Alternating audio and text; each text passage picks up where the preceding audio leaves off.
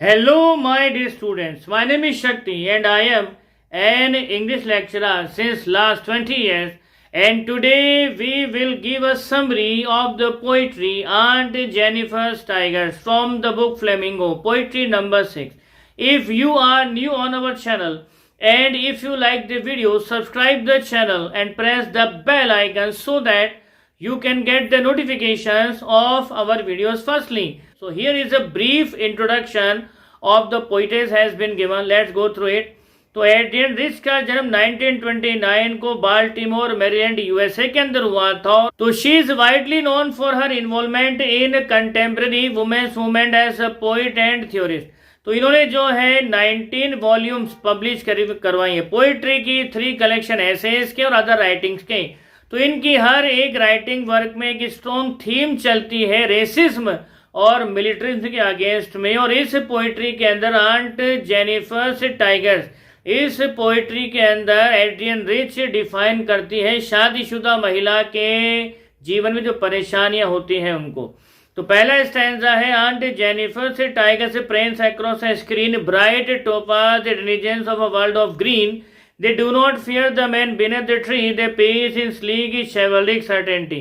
तो Aunt Jennifer ने जो है एम्ब्रॉयडरी करके एक पर्दे के ऊपर टाइगर्स बनाए हैं और जब जब हवा चलती है तो वो पर्दे पर एम्ब्रॉयडरी किए हुए टाइगर्स ऐसे दिखाई देते हैं मानो वो छलांगे मार रहे हो। तो ये जो टाइगर्स हैं ये हरे भरे संसार के निवासी हैं और इनका रंग जो है चमकीला पीला है।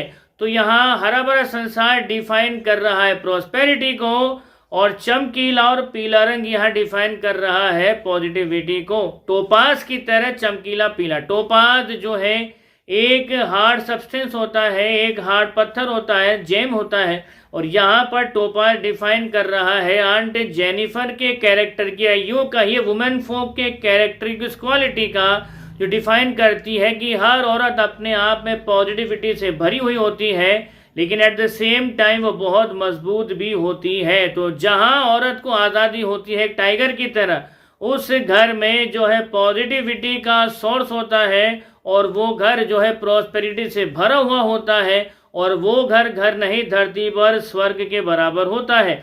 तो आंट जेनिफर के उन टाइगर्स को पेड़ के नीचे खड़े आदमी से कतई डर नहीं लगता।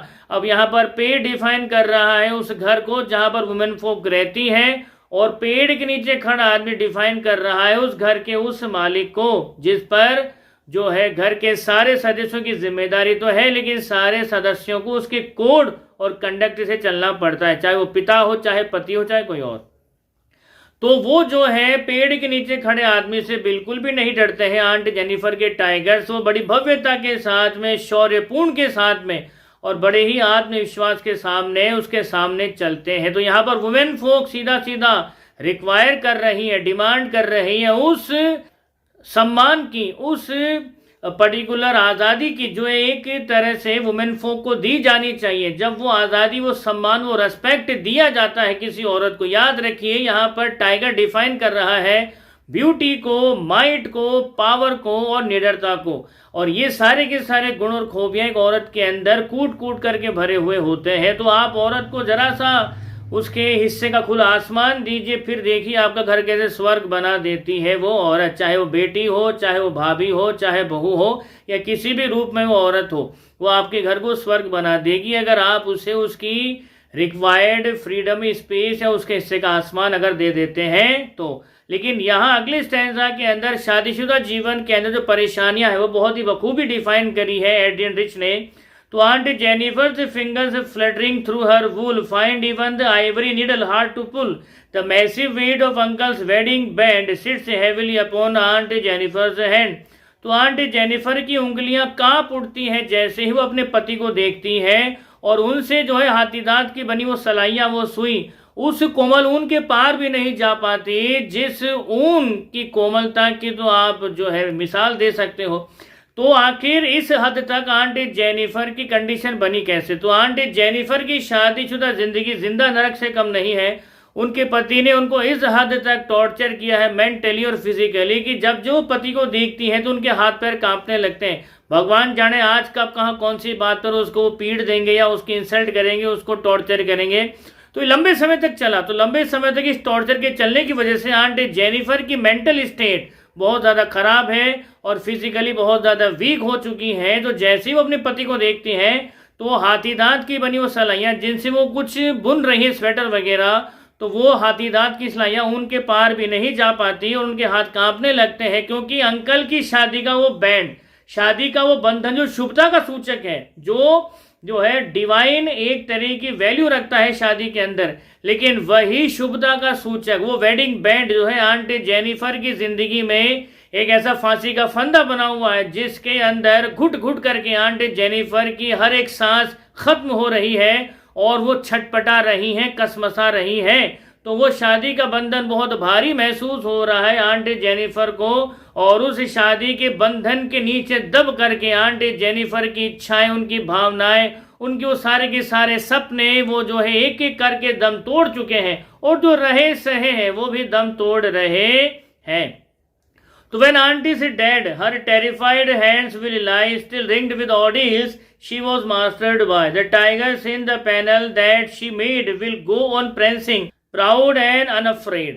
तो लास्ट के स्टैंजा में एडिन रिच कहती हैं कि जब आंटी जेनिफर की मौत हो जाएगी तब भी उनके वो कांपते हुए हाथ उन कठोर परीक्षाओं में घिरे रहेंगे, जिन कठोर परीक्षाओं ने आंटी जेनिफर को सारी की सारी जिंदगी अपने बस में कर रखा था। कौन सी परीक्षाएं थी?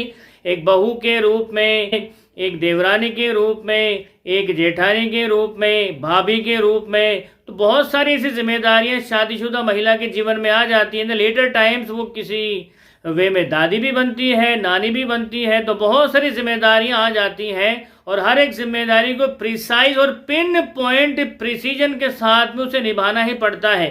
किसी भी तरह की कमी या किसी भी तरह की भूल चूक एक्सेप्टेड नहीं है। अगर करती है तो फिर कॉन्सिक्वेंसेस क्रिएट होते हैं और उसका सामना वुमेन फोक को करना ही पड़ता है। तो यहाँ आखिरी पंक्तियों में एडिन रिच कहती हैं कि जब आंट जेनिफर की डेथ हो जाएगी तब भी जो है उनके वो कांपते हुए हाथ, अब हाथ कांप क्यों रहे हैं? दरअसल आंट जेनिफर के पति ने उनको सारी जिंदगी जो है इतना टॉर्चर किया, इतना ज़्यादा परेशान किया, मेंटली फिजिकली उत्पीड़ित किया कि वो जो है पूरी जिंदगी अपने पति के डर के साए में रही।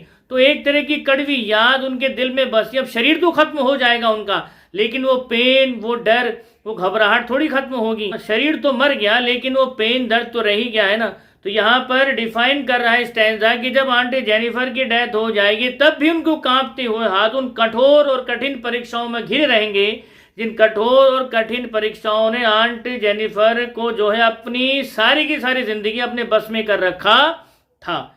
लेकिन वो टाइगर जो आंटी जेनिफर ने बनाए हैं एम्ब्रॉयडरी करके पर्दे के ऊपर, वो जब जब हवा चलेगी तो वो जो है छलांगे मारते हुए दिखाई देंगे, और वो ना तो किसी से डरेंगे और ना ही भयभीत होंगे, पूरे आत्मविश्वास के साथ में पर्दे पर छलांगे मारते दिखाई देंगे। तो लास्ट की स्टैंजा की लाइन डिफाइन कर रही है कि आंटी जेनिफर यही तो चाहती थी, थोड़ा सा सम्मान, थोड़ी सी रेस्पेक्ट और थोड़ा सा अपने हिस्से का खुला आसमान। अगर उसे वो आज़ादी दे दी जाती तो शायद वो उस घर को स्वर्ग बना करके रख देती। अब आंटी जेनिफर क्या बनना चाहती थी और उसके पति ने अत्याचार कर करके उस बेचारी को किस हालत में पहुंचा दिया। मेंटली वो बहुत वीक हो गई, फिजिकली बहुत वीक हो गई, डर के साए में आकर के उसकी मौत हो गई। लेकिन वो तो इस दुनिया से चली गई, लेकिन उसके बनाए हुए वो पैनल पर टाइगर्स अब भी वहीं पर है, और जब जब हवा चलती है तो उछलते कूदते दिखाई देते हैं। और इसी चीज को डिफाइन कर रहे हैं कि आंटी जेनिफर तो ये थी, बिल्कुल टाइगर्स की तरह थी। अगर उसे वो सम्मान दिया जाता तो क्या से क्या होती और इस घर को क्या से क्या बना देती, लेकिन वो सम्मान, वो रेस्पेक्ट उसे दिया नहीं गया। तो शादी नाम के बंधन में आंटी जेनिफर का सारा जीवन जो है दम घुट करके रह गया। वो शादी के बंधन में पिस करके रह गई और अंततः तड़प तड़प कर, घुट कर वो जो है इस दुनिया से रवाना हो जाती है। तो इन्हीं शब्दों के साथ पोइट्री खत्म होती है। हम किसी और टॉपिक के समरी के साथ आपसे फिर मिलेंगे। तब तक के लिए आप खुश रहिए, मुस्कुराते रहिए। जय हिंद, जय भारत, वंदे मातरम।